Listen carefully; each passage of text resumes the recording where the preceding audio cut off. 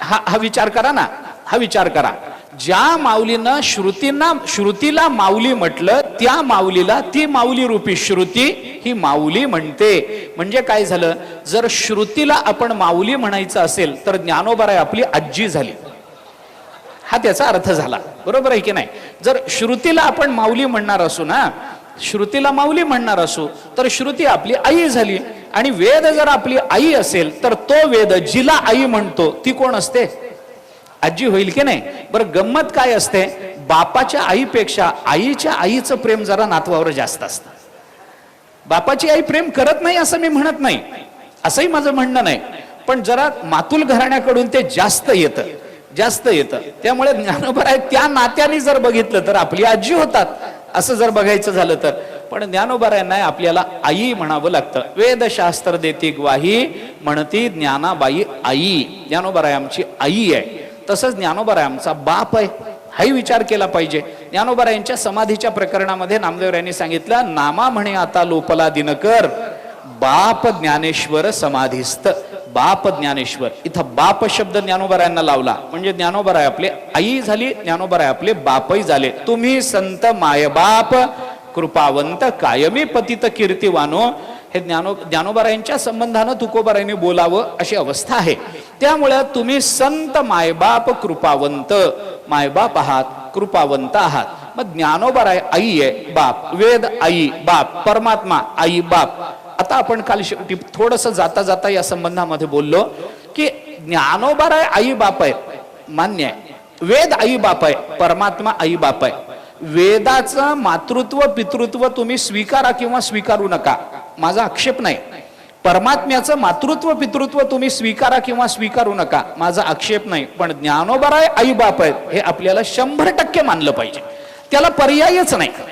वेद माना किंवा न माना असं मी म्हणत नाही, कारण ज्यांना ज्ञानोबारायांचं मातृत्व स्वीकारता येतं त्यांना वेदांना नाकारायचा अधिकारही राहत नाही आणि वेदांना नाकारणं शक्यही होत नाही. ज्यांना ज्ञानोबाराय ज्यांनी स्वीकारले ते वेद नाकारू शकत नाही, ज्यांनी ज्ञानोबाराय स्वीकारले ते परमात्मा नाकारू शकत नाही. आम्ही ज्ञानोबारायांना संतांना मानतो पण देवाला मानत नाही असं होत नसतं, वेडेपणा आहे हा. अर्धवट विचाराची हे त्याला काही उत्पत्ती आहे, याला काही अर्थ नसतो. संतांना मानतो पण देवाला मानत नाही, चालत नाही. अरे ते संत ज्या देवाच्या स्तुती करता आणि वर्णना करता आपलं जीवन व्यतीत करतात त्या परमात्म्याला मानायचं नाही. ते संत महात्मे ज्या मार्गाने गेले, वेद मार्गे मुनी गेले त्याची मार्गे चालिलो, हे ज्ञानोबारायांचं वचन आहे. नकळेची विषय अंधा म्हणून उघड बोलिलो, चालता धनुर्धरा तरंगाकारी हरपलो, ज्ञानदेव निवृत्तीचा द्वैत सर्व निरसलो. हा ज्ञानोबारायांचा अनुभव ज्ञानोबाराय जर बोलून दाखवत असतील तर वेद मार्गे मुनी गेले त्याची मार्गे चालिलो. आणि ज्या मुनींच्या मागे ज्ञानोबाराय गेले ते ज्ञानोबाराही त्या मार्गाने गेले, तोही ज्ञानोबारायांचा अनुभवच आहे. श्रुती स्मृतीचे अर्थ आपणची होनी मूर्त अनुष्ठाने जगा देत वडील जे हे तयाची आचरती पाऊले, पावोनी सात्विक श्रद्धा चाले ते तेच फळ ठेविले ऐसेल आहे म्हणतात ना ज्ञानोबाराय. तसं मुनींच्या मागे गेलेले ज्ञानोबाराय सुद्धा मुनी रूपाला प्राप्त झाले. ज्ञानदेव मंगळ मुनी सेवा करी दासी जनी. जनाबाई काय म्हणतात ज्ञानोबारायांना? ज्ञानोबाराय मुनी आहेत का बाबा? मुनींच्या मागे गेले, मुनी रूपाला प्राप्त झाले. वेदाच्या मागे गेले, वेद स्वरूपाला प्राप्त झाले. परमात्म स्वरूपता, वेद स्वरूपता ज्ञानोबारायांच्या ठिकाणी आहेच आहे ना. त्यामुळे ज्ञानोबारायांचं मातृत्व पितृत्व हे दोन्ही बाजूने आपल्याला स्वीकारता येतं. आता ज्ञानोबारायांचं मातृत्व पितृत्व आत्ता आपल्याला का महत्वाचं आहे? आपल्याला प्रतिपाद्य विषय ज्ञानोबाराय असल्यामुळे ते महत्वाचं का मानायचं? त्याचं कारण असं आहे की वेदामध्ये असलेलं मातृत्व हे ज्ञानोबारायांमध्ये उतरलेलं आहे, वेदाचं पितृत्व ज्ञानोबारायांमध्ये उतरलं. कसं मानायचं त्याच्या संबंधाने थोडासा विचार आहे. वेदाच्या संबंधानं मातृत्वाची भूमिका मांडत असताना ज्ञानोबारायांनी काय सांगितलं? अहितापासून काढिती, हित देवोनी वाढविती. आम्हाला अहितापासून ते काढतात आणि हित देऊन आम्हाला वाढवतात. संगोपन, वाढवणं हे जे आहे ना हे मातृत्वाचं लक्षण आहे. म्हणजे मातेच्या ठिकाणी या दोन भूमिका आम्हाला बघता आल्या पाहिजेत. एकतर ती आम्हाला गैर मार्गाला लागू देत नाही आणि दुसरं म्हणजे चांगल्या मार्गाला लावून आमचं संगोपन करते. या दोन भूमिका मातृत्वाच्या म्हणून ज्ञानोबारायांनी आपल्याला वेद संबंधानं सांगितल्या. अहितापासून काढतात. वेद काढतो म्हणजे काय करतो, आपल्याला आपण जर गैरमार्गाने चाललेलो असो, निंद्य मार्गाने आपला प्रवास असेल, तर वेद आपल्याला सांगतो बाबा असं करू नका, चोरी करू नका, असत्य भाषण करू नका, अभ्यास न करता राहू नका. हे सगळं आम्हाला वेद सांगतो. कशा करता सांगतो? कारण आम्ही चांगल्या मार्गाला लागावं. आपण सुरापान करू नका. आम्ही गैरमार्गाला लागत असू, अनुचित मार्गाने जात असू, तर वेद आम्हाला त्याच्या सूचना देतो. आम्हाला त्या प्रसंगी त्याची भीती घालतो की बाबा असं असं कराल तर तुम्ही नरकात पडाल बरं का. भीती घालतो वेद आम्हाला. आम्हाला तिथून बाजूला करतो. आणि मग काय करतो, आम्हाला सत्यम वद, धर्मम चर वगैरे वगैरे हे सगळं जे अनुकूल आहे ते देऊन आम्हाला वेद वाढवतो. आता वेदाचं वाढवणं आणि वेदाचं आपल्याला अनुचित मार्गानं जाणं थांबवणं, या दोन्ही गोष्टी वेदाचं मातृत्व सिद्ध करत असतील तर हीच मातेची तळमळ ज्ञानोबारांच्या ठिकाणी आपल्याला दिसून येते. जगताने चांगल्या मार्गाने चालावं, जगताने गैरमार्गाने जाऊ नये, याच्याकरता ज्ञानोबारांचं पसायदान वाचा ना फक्त. ज्ञानोबारांची ही तळमळ आपल्याला दिसून येते. खळांची व्यंकटी सांडो तया सत्कर्मी रती वाढो. म्हणजे काय झालं, खळांची व्यंकटी सांडो अहितापासून काढिती आणि सत्कर्मी रती वाढो हित देवोनी वाढविती. हे आहेच आहे की नाही? प्रत्येक ठिकाणी आपल्याला पसायदानामध्ये हे दिसून येणार आहे की नाही? भूता परस्परे पडो मैत्र जीवाचे, दुरिताचे तिमिर जावो अहितापासून काढिती, विश्व स्वधर्म सूर्ये पाहो हित देवोनी वाढविती. आहे की नाही? पसायदानामध्ये ज्ञानोबारायांच्या ज्या भावना व्यक्त झाल्या आहेत ते पसायदान म्हणजे ज्ञानोबारायांच्या ठिकाणी असणाऱ्या मातृत्वाचा शब्दरूप आविष्कार आहे. हे लक्षात घ्या. हा पसायदान साधं नाही आहे. आपण सहज म्हणत राहतो, पाठ आहे म्हणून आपण दुर्लक्ष करतो त्याच्याकडे. हा भाग वेगळा आहे. उगी पारायण झाल्यावर ग्रंथाला वस्त्र गुंडाळेपर्यंत काहीतरी म्हणायला पाहिजे म्हणून पसायदान म्हणत राहतो आपण. असं नाही आहे. अहो, माणसाचं ब्रह्म बनवण्याची ताकद या 9 ओव्यात आहे. जीवाचं संत बनवण्याची ताकद या 9 ओव्यात आहे. विचार करा पसायदानाचा आपण. अहितापासून काढिती हित देवोनी वाढविती. आता अहितापासून काढणं हे सगळं सांगितलं. अमुक आहे तमुक आहे, त्याच्या ते खळांची व्यंकटी सांडावी, अमुक व्हावं, दुरिताचं तिमिर जावं, हे सगळं जावं जावं जावं सांगितलं. आणि काय वाढावं, कुठपर्यंत वाढावं, कुठपर्यंत वाढावं, दृष्टादृष्ट विजय होवावेजी इथपर्यंत त्याची वाढ ज्ञानोबारांनी जर आम्हाला करून दिली असेल तर ज्ञानोबारांचं मातृत्व पसायदानामध्ये आपल्याला दिसून येतं. आता पसायदानामध्ये जसं हे मातृत्व दिसून येतं तसं ज्ञानेश्वरीमध्ये अनेक ठिकाणी हे मातृत्व दिसून येतं. मी आपल्याला किती प्रमाण सांगू. उदाहरणं जर सांगायची झाली तर पहिल्या अध्यायापासून, मी दुसऱ्या म्हणतच नाही, भगवान वाचपासून म्हणतच नाही, बाकी सगळ्या टीकाकारांनी दुसऱ्या अध्यायाच्या 11व्या श्लोकापासून भाष्य करायला प्रारंभ केलाय. सगळ्यांनी विचार करून बघा. अगदी जगद्गुरु शंकराचार्यांनी सुद्धा आपल्याला तिथूनच दुसऱ्या अध्यायाच्या 11व्या श्लोकाच्या आधी आचार्यांचा उपोद्घात आपल्याला गीता भाष्यामध्ये दिसून येतो. आणि मग तिथं अशोच्यानंद व शोचस्वम प्रज्ञावादांश भाष्यसे इथपासून मग आचार्यांच्या भाष्याला तशा अर्थाने प्रारंभ झाला. आधीचा उपोद्घात आहे आणि नंतरचं भाष्य आहे. पण ज्ञानोबारायांचं भाष्य ही गीता सुरू होण्याच्या आधी आहे. सुरू होण्याच्या आधीपासून ज्ञानोबारायांचं भाष्य सुरू होतं आणि गीता संपल्यानंतरही ज्ञानोबारायांचं भाष्य चालू राहतं. गीता सुरू होण्याच्या आधीचं भाष्य आपण बघा.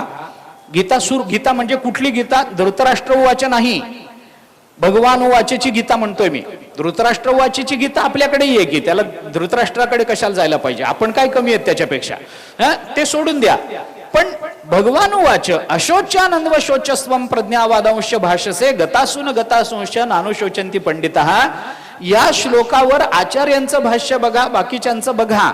पण ज्ञानोबारायांनी मात्र खूप आधीपासून आपल्याला ते भाष्य सांगितलं. आपल्याला आधी सांगितलं ही गीता निर्माण, आपल्याला गीता कानातून आत जाण्याच्या आधी ज्ञानोबारायांनी आपली जी अंतःकरणाची भूमिका निर्माण केलेली आहे ना, ती भूमिका जर बघितली तर त्या भूमिकेतून अहितापासून काढिती हा भाव आपल्याला दिसून येतो. आणि गीता संपल्यानंतर ज्ञानोबाराय जे बोलतात ना, गीता कुठे संपली? यत्र योगेश्वर कृष्णो यत्र पार्थो धनुर्धरहा, तिथं गीता संपली. आणि संपलेल्या गीतेच्या नंतरचं ज्ञानोबारायांचं भाष्य आपण जर बघितलं तर त्या भाष्याचा श्लोकाच्या अनुषंगानं होणारा समारोप करून झाल्यानंतर ज्ञानोबाराय जे बोलतात ना ते हित देवोनी वाढविती याची प्रचिती आपल्याला होऊन जाते. म्हणजे गीतेच्या आधीपासून ज्ञानोबाराय अहितापासून काढण्याकरता कटिबद्ध आहेत आणि गीता संपल्यानंतरही ज्ञानोबाराय हित देवोनी वाढवण्याकरता कटिबद्ध आहेत. हे ज्ञानोबारायांचं मातृत्व आपल्याला सबंध गीतेमध्ये दिसतं. आणि म्हणून आपण विचार करून पहा. आता हे सगळेच विचार सांगत नाही, एक नावाला 2 उदाहरणं फक्त आपल्या समोर मी ठेवतो. याच्यामध्ये ज्ञानोबारायांनी 13व्या अध्यायामध्ये अज्ञानाच्या लक्षणांचा जो विचार केलाय तो विचार आपण पहा. पुन्हा पुन्हा पुन्हा पुन्हा वाचा म्हणजे तुम्ही आणि मी पण. तुम्हाला उपदेश करण्याची माझी योग्यता नाही, पण हे वाचलं पाहिजे. अज्ञानाची लक्षणं पुन्हा पुन्हा पुन्हा वाचली पाहिजेत. अज्ञानाला मूर्ख समजणारे आणि अज्ञानाची निंदा करून अज्ञानाला दूर लोटणारे अनेक ग्रंथ आहेत, पण अज्ञानालाही पोटात घेणारा ग्रंथ म्हणजे ज्ञानेश्वरी आहे. अज्ञानाला सुद्धा ज्ञानोबाराय जवळ करतात. त्याचं ज्ञानोबारायांचं तिथलं सांगणं आपण बघा, तिथली भाषा आपण बघा. अहितापासून काढायचं म्हणजे कसं काढावं लागतं, कोणत्या भाषेत काढावं लागतं, कसं समजवून सांगावं लागतं, हे मातृत्वाचं परिपूर्ण रूप ज्ञानोबारायांच्या अंतःकरणामध्ये आपल्याला उमटलेलं दिसून येतं. आणि हेच ज्ञानोबाराय याच 13व्या अध्यायामध्ये अज्ञानाची लक्षणं सांगून झाल्यानंतर जेव्हा ज्ञानाची लक्षणं सांगायला प्रवृत्त होतात, तेव्हा तिथलंही ज्ञानोबारायांचं चिंतन बघा. याच्यामध्ये अज्ञानाची लक्षणं सांगणं, याच्यात अहितापासून काढीतीये आणि ज्ञानाची लक्षणं सांगण्यामध्ये हितदेवोने वाढविती. हे ज्ञानोबारायांचा स्वभाव तिथेही व्यक्त झाला. दुसरं उदाहरण सगळ्यांना परिचित म्हणून सांगायचं झालं तर 16व्या अध्यायामध्ये दैवासुर संपद विभाग योग हा 16वा अध्याय. या 16व्या अध्यायामध्ये दैवी संपत्ती आणि असुरी संपत्ती आहे. पण ज्ञानोबाराय दैवी संपत्ती आधी सांगतात, कारण भगवंतांनी सांगितली म्हणून, आणि असुरी संपत्ती नंतर सांगतात. त्याची कारणं काय असतील ती असतील, आपल्याला त्याचा विचार आता करायचा नाहीये. पण कोणतीही आई जेव्हा आपल्या मुलाला एकच गोष्ट वारंवार वारंवार सांगते आणि तिच्या अंतःकरणात हा मुलगा आपलं ऐकून थोडासा शहाणा झालेला आहे असा विश्वास निर्माण होतो, त्यावेळेला त्या मुलाला गृहीत धरून ती पुढचं बोलत असते. त्यामुळे 13व्या अध्यायापर्यंत ज्ञानोबारायांनी अनेक ठिकाणी, 15व्या अध्यायापर्यंत ज्ञानोबारायांनी अनेक ठिकाणी अहितापासून काढीती हे आधी केलंय. पण 16व्या अध्यायामध्ये ज्ञानोबारायांना असं वाटलं की अर्जुन आता थोडा शहाणा झाला असेल, म्हणून नुसती दैवी संपत्ती सांगितली तरी चालेल म्हणून दैवी संपत्ती सांगायला सुरुवात झाली. पण ज्ञानोबाराय म्हणतात नाही, अजून वाटतो तेवढा शहाणा झाला नाही, म्हणून पुन्हा असुरी संपत्ती सांगायला प्रवृत्ती झाली. उगी याच्यातली एक गंमत म्हणून मी आपल्याला सांगतो की एवढं सांगून काय असतं, वेदांताचं चिंतन जीवनाच्या कल्याणाचं माध्यम हे सांगत असताना एकदा सांगून माणसाला कळालं असं सहसा होत नाही. असं होत नाही. वारंवार वारंवार वारंवार ते सांगावं लागतं. बरं, ही कल्पना ज्ञानोबारायांचीच आहे, आपली नाही. हेच पसायदान आपण पहा. ज्ञानोबारायांनी त्याच्याकरता शब्द वापरला, वर्षत सकळ मंगळी ईश्वर निष्ठांची मांदियाळी. पुढचा शब्द काय, अनवरत. हा शब्द का वापरला असेल ज्ञानोबारायांनी? भूमंडळी अनवरत भेटलं पाहिजे आणि भूमंडळावर जीवांना अनवरत भेटून त्या जीवांवरती अनवरत मंगळाचा वर्षाव केला पाहिजे. हा अनवरत हा शब्द जर देहली दीपन न्यायानं दोन्हीकडे लावला, दोन्ही क्रियापदाला ओवी मधल्या, तर मग आपल्याला कळतं वर्षत या क्रियापदालाही अनवरत हे पद विशेषण म्हणून लावलं पाहिजे आणि भेटतू या क्रियापदालाही अनवरत हे पद विशेषण म्हणून लावलं पाहिजे. अनवरत भेटलं पाहिजे, अनवरत सांगितलं पाहिजे. एकदा सांगून जगामध्ये चालत नाही. आपल्याला हे माहिती आहे की उद्दालकांनी सुद्धा आपल्या मुलाला श्वेतकेतूला उपदेश करत असताना तत्वमसी एकदा सांगून त्यांचंही भागलं नाही, 9 वेळेला उपदेश करावा लागला. 9 वेळेला तत्वमसी श्वेतकेतू, श्वेतकेतू तत्वमसी 9 वेळेला. 9 वेळेला कशा करता? बरं, तो श्वेतकेतू गुरुच्या घरी 12 वर्ष राहून सगळं अध्ययन करून आलाय. मग सगळं अध्ययन करून आलेल्याला जर 12 वर्ष, पुढचा विचार करायचंच कारण नाही ना. मग आपल्याला किती वर्ष? 12 वर्ष गुरुच्या घरी राहून आला तरी तत्वमसी कळण्याकरता 9 वेळेला उपदेश करावा लागला. हरिपाठ बघा, हरिमुखे म्हणा, कितीदा सांगितलं? 2दा सांगितलं. आणि हे 2दाच सांगितलं असं नाही, प्रत्येक अभंगाच्या शेवटी हरिमुखे म्हणा, ते कितीदा म्हणायचं? दोनदा म्हणायचं. म्हणजे पहिल्यांदा दोनदा म्हणून झालं पहिल्या अभंगामध्ये. पहिला अभंग झाल्यानंतर पुन्हा हरिमुखे म्हणा हे ध्रुपद म्हणून दोनदा म्हणून झालं. पुन्हा 27 अभंग म्हणताना पुन्हा प्रत्येक वेळेला शेवटी हरिमुखे म्हणा दोनदा म्हणून झालं. मग हे 9 वेळेच्या पुढे गेलं का नाही? गेलंच की नाही? हे गेलं की नाही? का गेलं? 12 वर्ष गुरुच्या घरी राहून शिकलेल्याला 9 दाय, तर आपल्याला किती दाय? हरिपाठ बघा किती दाय ते. हरिमुखे म्हणा एवढंच चालू आहे. बरं, लोकही असे गमतीचे आहेत ना. हरिमुखे म्हणा हा ज्ञानोबरायांचा उपदेश आहे. हरिमुखे म्हणा लोकही म्हणतात, हरिमुखे म्हणा. अरे तू म्हण, हे तुला सांगितलंय. तू म्हणू नको हरिमुखे म्हणा म्हणून. हरिमुखे म्हणा हे ज्ञानोबरांनी आपल्याला सांगितलंय. तर आपण मुखानं हरी म्हटलं पाहिजे की नाही? तर तोही म्हणतो हरिमुखे म्हणा. अरे तुम्हीच म्हणा, आम्ही तसेच राहतो. याला अर्थ नाही.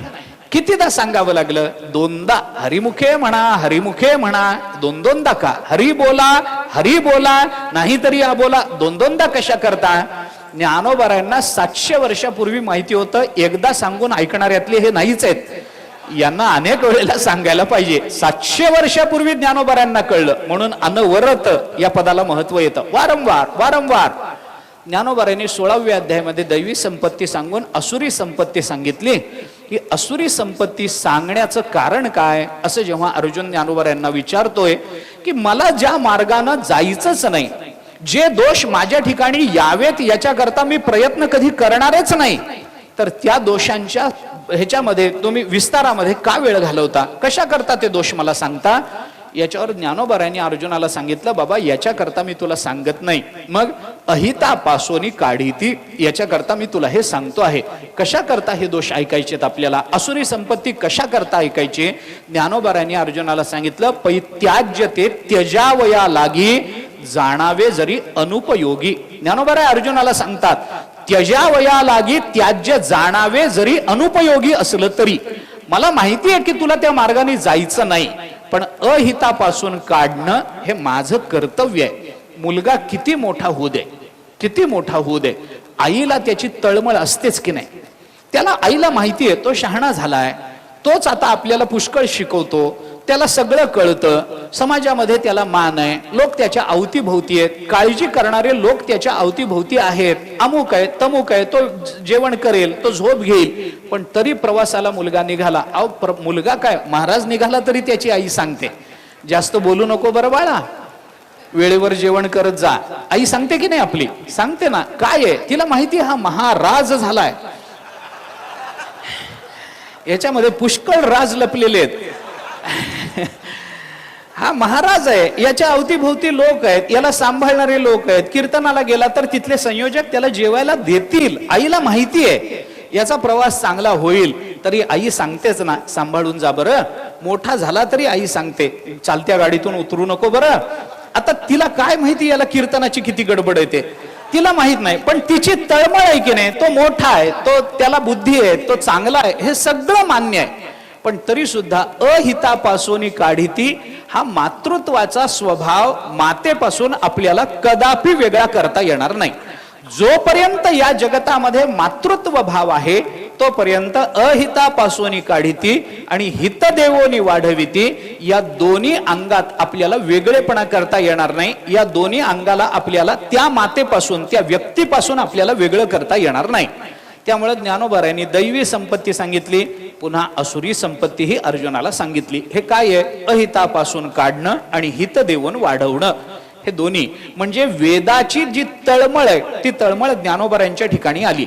त्यामुळे वेद आम्हाला कळत नाही ना, नका त्याच्या नादाला लागू, नका जाऊ दे. ते असेल, शास्त्र असेल, काही असेल, ते आम्हाला त्या वेदातलं संस्कृत कळत नसेल, निगमाचे वन नका शोधू करू शिण, तुकोबार आपल्याला सांगतातच की नाही. निगमाच्या वनामध्ये शिरून विनाकारण रस्ता चुकला म्हणून विनाकारण इतरत्र भरकटत राहू नका.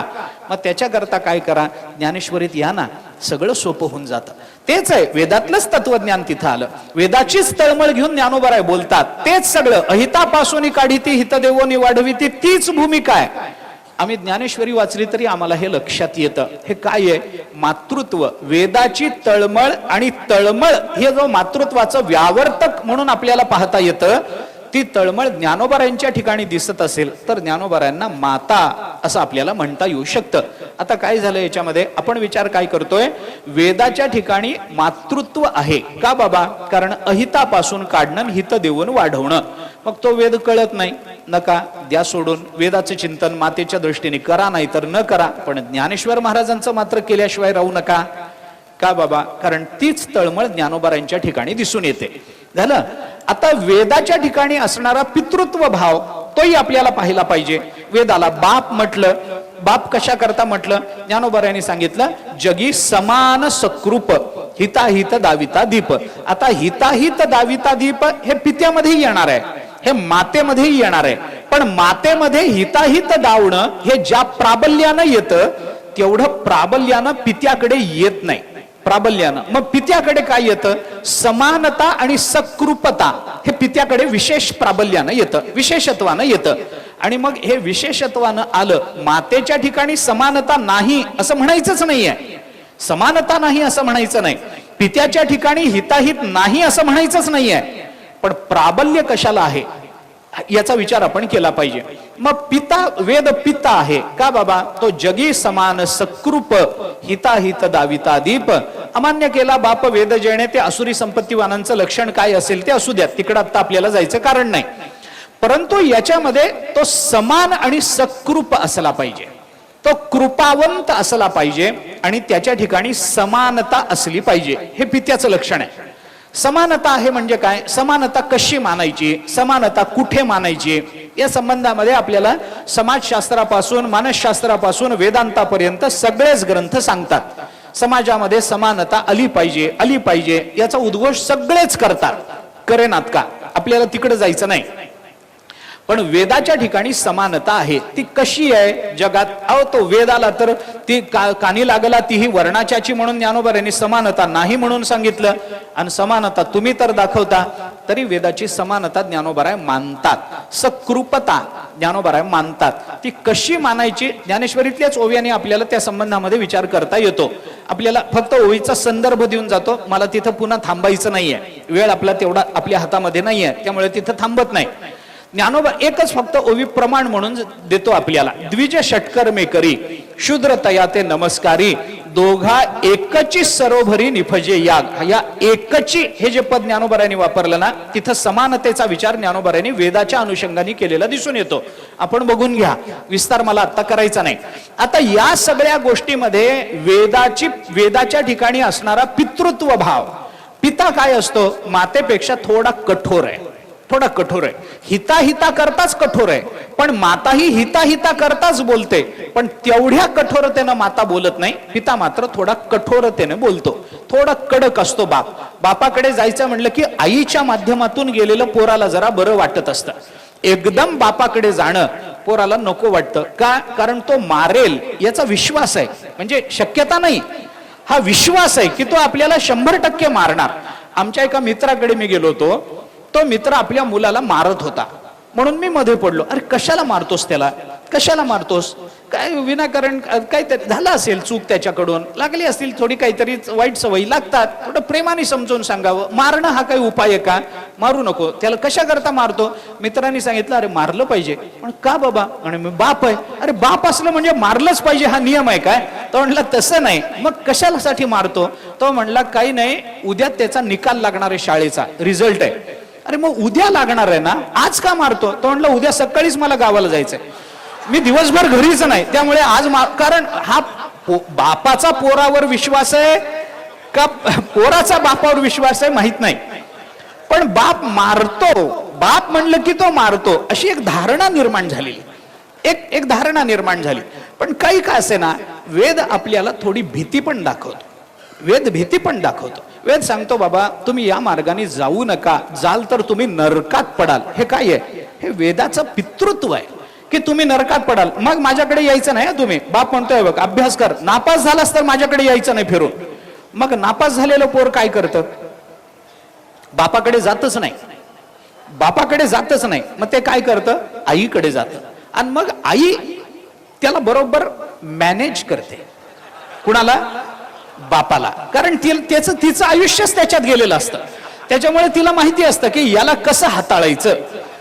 मुलगा शाळेमध्ये गेला, निकाल लागला. निकाल लागल्यानंतर ते सगळ्या लाल रेघा, इतिहासात नापास, भूगोलात नापास, गणितामध्ये 5 मार्क, भाषेमध्ये 10 मार्क, विज्ञानामध्ये 15 मार्क, सगळं नापास नापास नापास. पोराला कळलं बाप काही सोडत नाही आता. पोरग गेलं आईकडे.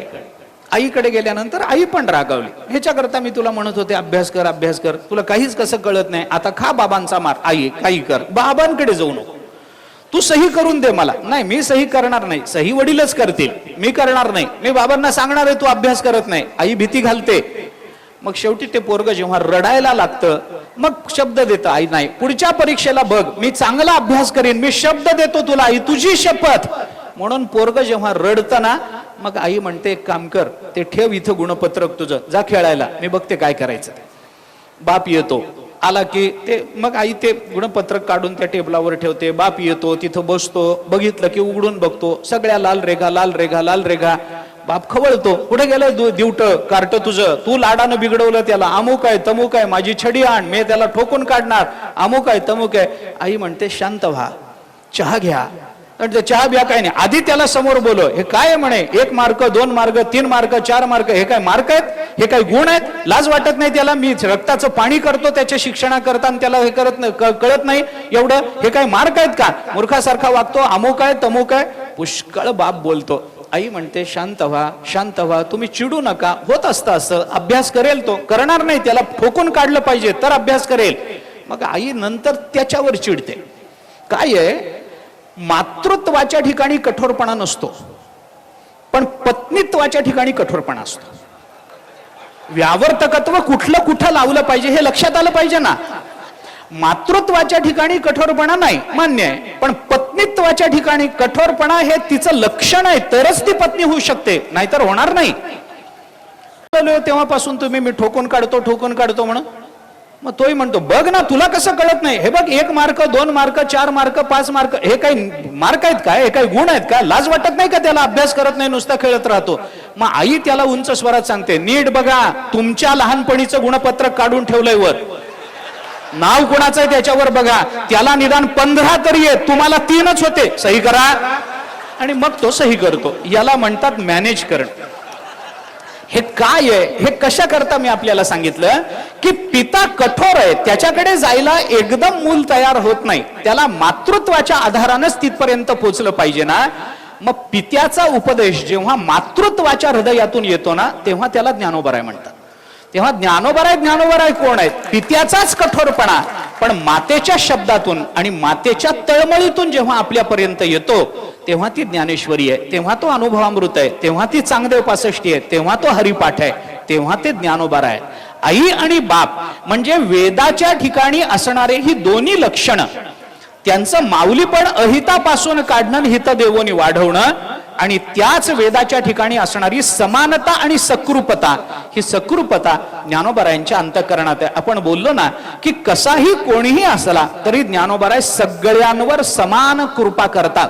अहो चांगदेव योगी आहेत आणि रेडा हा पशु आहे, हे आपल्या करता आहे. ज्ञानोबराय चांगदेवांनाही माझा आत्मा म्हणतात आणि रेड्यालाही माझाच आत्मा म्हणतात, ही ज्ञानोबरायांची समानता आहे. ज्ञानोबराय रेड्यावरही कृपा करतात आणि ज्ञानोबराय चांगदेवांवरही कृपा करतात, ही ज्ञानोबरायांची सकृपता आहे, हे लक्षात घ्या. ज्ञानोबराय दोन्हीकडे समान कृपा करतात. हा चांगदेवांकरता शब्द वेगळे वापरले असतील, माझं काही म्हणणं नाही, रेड्याकरता क्रिया करावी लागली असेल, हात ठेवावा लागला असेल डोक्यावर, हा प्रश्न वेगळा असेल, पण ती कृपा करत असताना त्या दोघांच्याही कल्याणाची जी तळमळ ज्ञानोबरायांच्या अंतःकरणात आहे ती समान आहे का नाही सांगा. रेड्याच्या कल्याणाची तळमळ थोडी निम्न दर्जाची आहे आणि चांगदेवांच्या कल्याणाची तळमळ अतिउच्च दर्जाची आहे. हा फरक ज्ञानोबराय करत नाही. ज्ञानोबराय दोघांनाही समान. तुल्य निंदास्तु तिर्मौनी संतुष्टो येन केनचित, या श्लोकावरचं ज्ञानोबरायांचं भाष्य आपण बघा ना. समानता कशी हाताळायची असते हे ज्ञानोबरायांकडून शिकलं पाहिजे. बरं, ज्या रेडा आणि चांगदेव मी 2 टोकं सांगितली आहेत आपल्याला, या 2 टोकाच्या मध्ये कोण येतं, आपण सगळे या 2 टोकाच्या मध्ये, आपण रेडा नाही आणि आपण चांगदेव नाही, या दोन्हीच्या मध्ये आपण आहोत ना. मग आपल्याही कल्याणाची जी तळमळ ज्ञानोबरायांच्या अंतःकरणात आहे ती तीच तळमळ आहे जी चांगदेवांप्रती आहे, ती तीच तळमळ आहे जी रेड्याप्रती आहे. म्हणजे कारण का? कारण आपल्या ठिकाणी कुठेतरी चांगदेवही आहेत आणि आपल्या ठिकाणी कुठेतरी रेडा पण आहे. दोन्ही आपल्या ठिकाणी आहे. कसं आहे काय आहे ते लावत बसायचं कारण नाही आहे. पण आपण मध्य आहोत, आपण पशु नाही आहोत मान्य आहे, पण आपण योगी नाही आहोत हेही मान्य करावं लागेल. आपण आपल्याला काही नाही तर अहम ब्रह्मास्मी इथपर्यंतही आपण गेलेलो नाही आहोत. आपण दोन्हीच्या मध्ये आहोत ना. मग या मधल्यांसाठी ज्ञानोबारांची जी समानता आपल्याला दिसून येते. काय असतं, आपला प्रवास कुठून सुरू झाला याच्याबद्दल संतांना घेणं देणं नाही. आपला मुक्काम कोणता असला पाहिजे याबद्दल संतांना घेणं देणं असतं. हा विचार करा, आपला प्रवास कुठून सुरू झाला?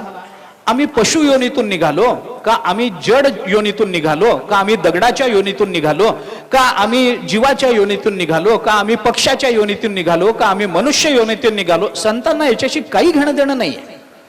आमचा प्रवास नेमका कुठून सुरू झाला काही घेणं देणं नाही ज्ञानोबारांना. पण या प्रवासाचा अंतिम मुक्काम कोणता असावा हे मात्र ज्ञानोबाराय ठरवतात. हे ठरवण्याचा अधिकार ज्ञानोबारांनाच आहे. म्हणून पशु असो तोही ब्रह्मरूप झाला पाहिजे, तो योगी असो तोही ब्रह्मरूप झाला पाहिजे, आणि तुमच्या माझ्यासारखा जीव असो तोही ब्रह्मरूप झाला पाहिजे. ही ज्ञानोबारांची तळमळ आहे. हे आपण लक्षात घ्या. म्हणजे वेदाचं दोन्ही समान सकृपता आणि तळमळ या दोन्ही गोष्टी ज्ञानोबारांच्या ठिकाणी एकत्रित आलेल्या आहेत. कदाचित मी दुसरी एक कल्पना मांडतो या संबंधामध्ये. कल्पना म्हणूनच ती घ्या, रूपक अलंकारातून असेल पण काही का असे ना, कल्पनाच आहे. माझी कल्पना म्हणून घ्या, माझ्या पुरती मर्यादित ठेवा, ऐकान सोडून द्या. वेदाच्याही हे लक्षात आलं असेल की आपला विचार सगळ्यांपर्यंत पोचत नाही. वेदाच्याही लक्षात आलं की सगळे आपल्यापर्यंत पोचू शकत नाहीत, आपण सगळ्यांपर्यंत पोचू शकत नाही. याच्याकरता काय केलं पाहिजे की सगळ्यांच्या कल्याणाची जर आपल्या अंतःकरणात तळमळ आहे आणि आपलं वर्णन करताना समानता आणि सकृपता हे जर ज्ञानोबराय बोलत असतील तर त्या तळमळीपोटी ती समानता आणि सकृपता ही समाजापर्यंत पोचवण्याकरता आपण वेद या रूपामध्ये राहून चालणार नाही. मग काय केलं पाहिजे? आपली तळमळ, आपलं ज्ञान, आपली समानता आणि सर्वांवर समान कृपा करण्याचं सामर्थ्य हे अशा ठिकाणी कुठेतरी ठेवलं पाहिजे. याचा विचार करून वेदांनी आपला हा सगळा स्वभाव ज्यांच्या ठिकाणी स्थापित केला ते आपले ज्ञानोबा आहेत.